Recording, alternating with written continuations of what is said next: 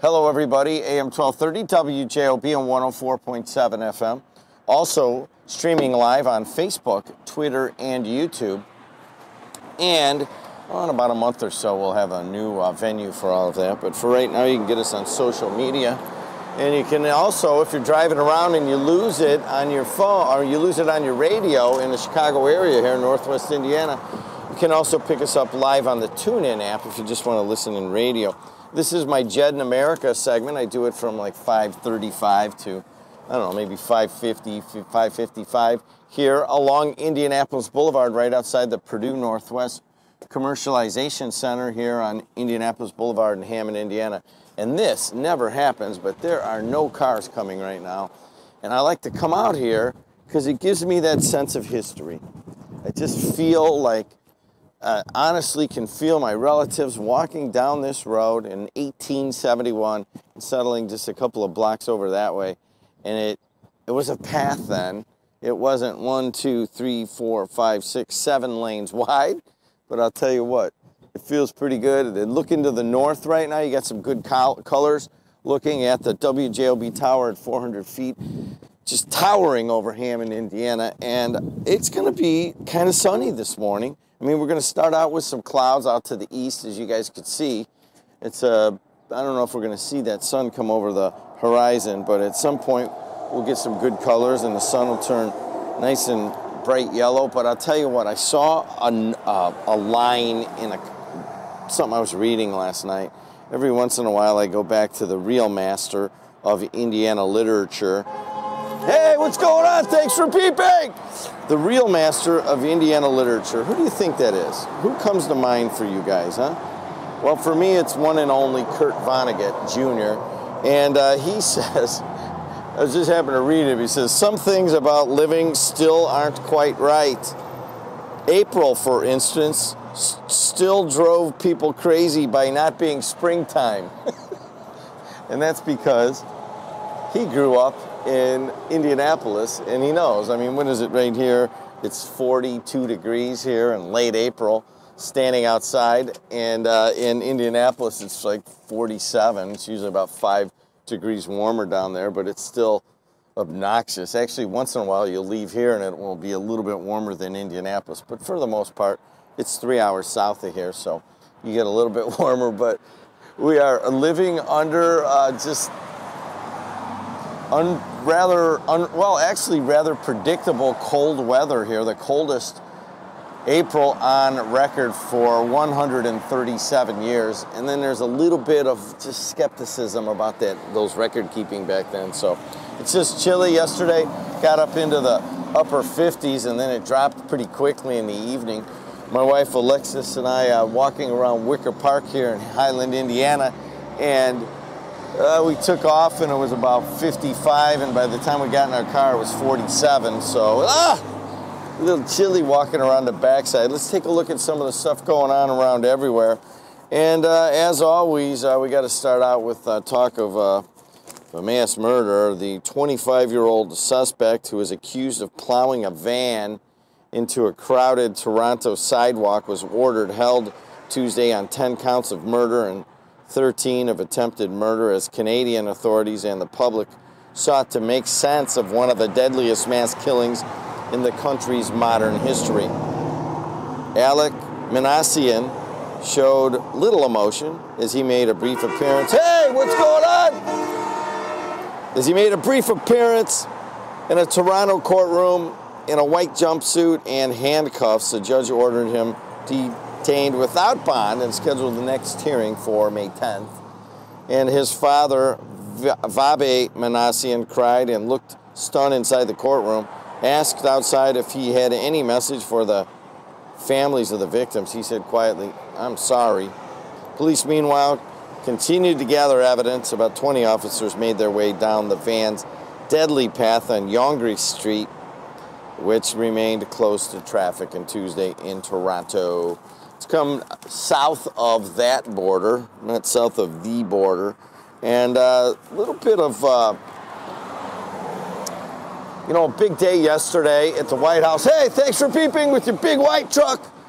As they held the state dinner for French President Macron and his wife Brigitte, and they a lot of kudos going out to Melania Trump for the way she handled the first state dinner, basically, at the White House, and President Trump and Macron just kind of acting kind of chummy and giving each other compliments about the. I guess I didn't realize it. France is our longest ally. In other words, when we were fighting the British, the French were on our side. Is that right? I don't remember that, but I guess I wasn't around then. Neither were my relatives walking down here in 1871. Hey, what's going on? Corellis Roofing. Hey, above all, a good roof.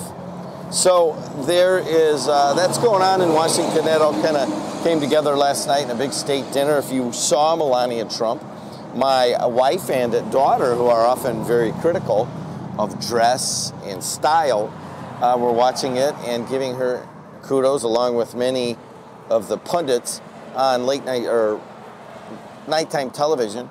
Melania Trump kind of pulling the whole thing off. But you can't have a day without turmoil in Washington, and this one has to do with a guy by the name of Ronnie Jackson. Evidently, Ronnie Jackson has lived a bit of a, just kind of a gruff life. How's that sound? Hey, how are you? Good to see you. Thanks for peeping. It really isn't so bad out, 42 degrees. I mean, you get used to it. It actually feels kind of warm. I think, what is today, Wednesday? Last Wednesday was I standing out here in sleeting rain in the lower, no, it was in the 20s. It was like 25 degrees, 26 degrees. So, 42, that's quite a bit warmer. All right, let's talk here. The White House rallied around Ronnie Jackson's nomination to lead the Department of Veterans Affairs late Tuesday as the president's former doctor was besieged by complaints that he improperly prescribed drugs, created a hostile workplace, and became intoxicated on duty. And quite frankly, who hasn't done the last one? You know what I mean? Anyways, as a matter of fact, I just got to tell a story. I got kind of a rough stomach. Big truck! And part of it has to do with working at the Board of Trade and trading in those pits for all those years, a couple decades.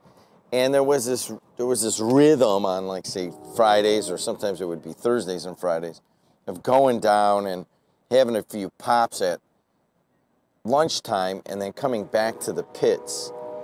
And you can't do that now. That was in days gone by. But outside of severely clouding your judgment, but it also rips your stomach apart, because all of a sudden you have all the stress going on, and then you have a bunch of beer in your stomach. And you forgot to eat. So anyways, I don't want to tell that story. I changed my mind. Hey, thanks for beeping. Hey, Lane, I got your text. Sorry I didn't get back to you. I will, I think it's both of them. Both of the discs. It's a different kind of file. Anyways, the administration's decision to defend the VA nomination came hours after President Donald Trump suggested that Jackson should consider pulling out because of the, quote, abuse he was facing. But by late afternoon, Trump huddled with Jackson, and White House aides vowed to fight the charges. So see what happens. This comes amidst some growing controversy about Mr. Scott Pruitt, head of the EPA.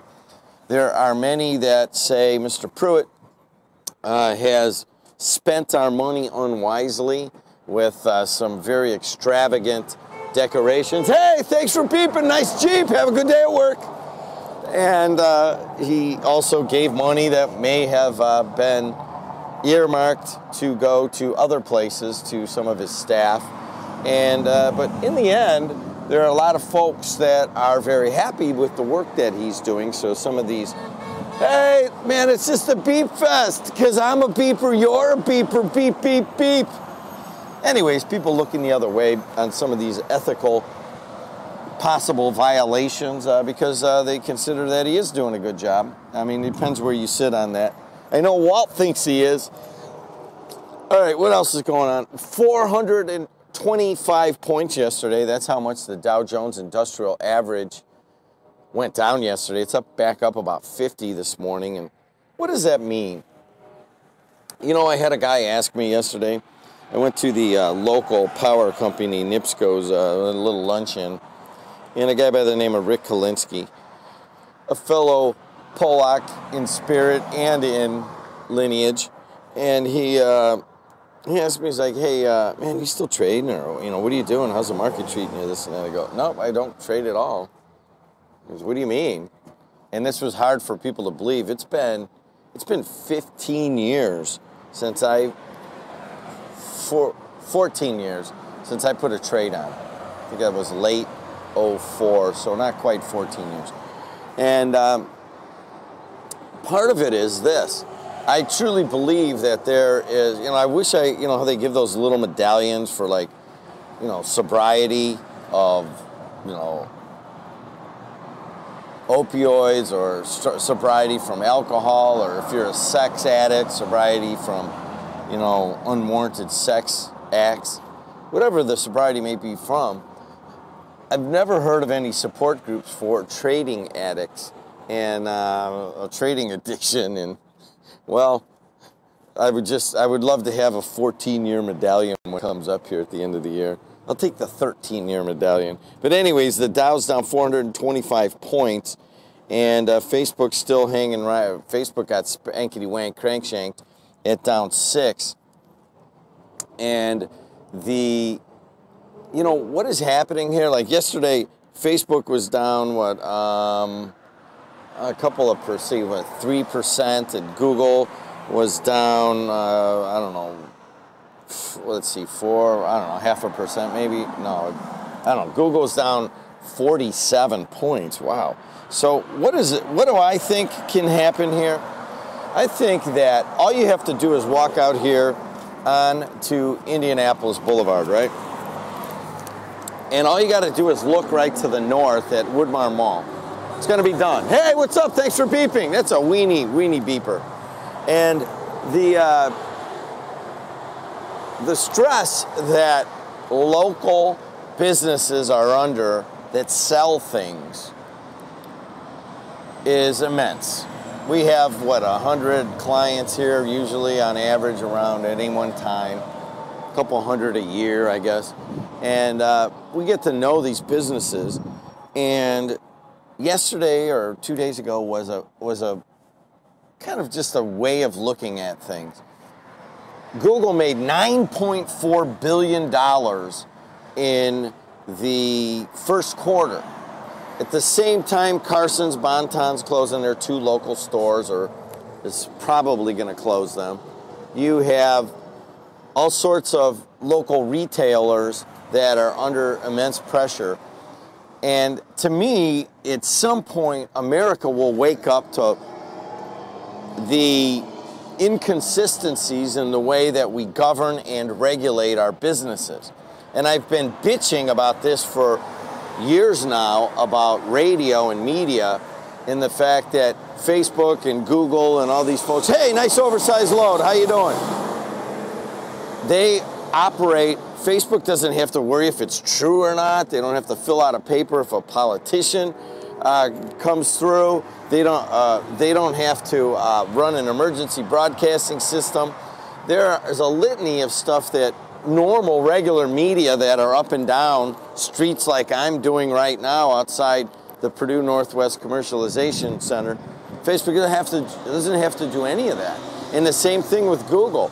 You wonder why they have been, the number one thing though that they're doing is they're taking all of our information and they're using it to make money, and we're letting it happen. Now in Europe, they're getting smart. On May 25th, they're coming up with these huge set of rules that are going to go into effect where you could basically opt out of it. One of these days, we're going to figure that out in America, that we have given all of the power to internet-based companies, and we're going to take it back, but not right away. People really don't give a crap right now, because I've been bitching about this forever, and nobody really cares, honestly. But in the same sense, in front of the Supreme Court is a huge court case right now. Amazon can, if you don't have a brick and mortar place in a state, you can sell in that state for no tax. You don't have to pay state sales tax.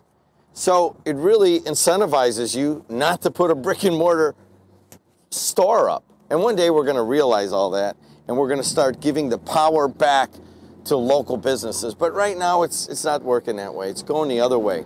It's going towards internet-based companies, which have been huge growth generators in our economy.